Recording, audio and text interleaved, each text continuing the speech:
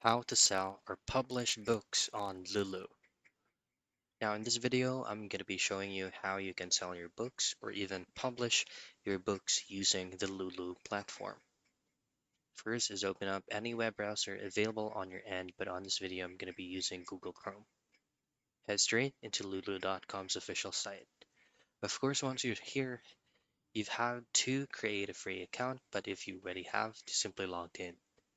Now, there's going to be a lot of options to sell your books.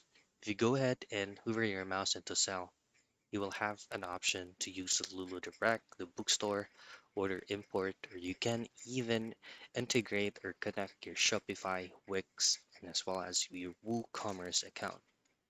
Now, if you would like to create your book directly from the site, then you just have to click this option here that says create, and then you will have three options. So choose whether it's for print books, ebooks, or wall calendars.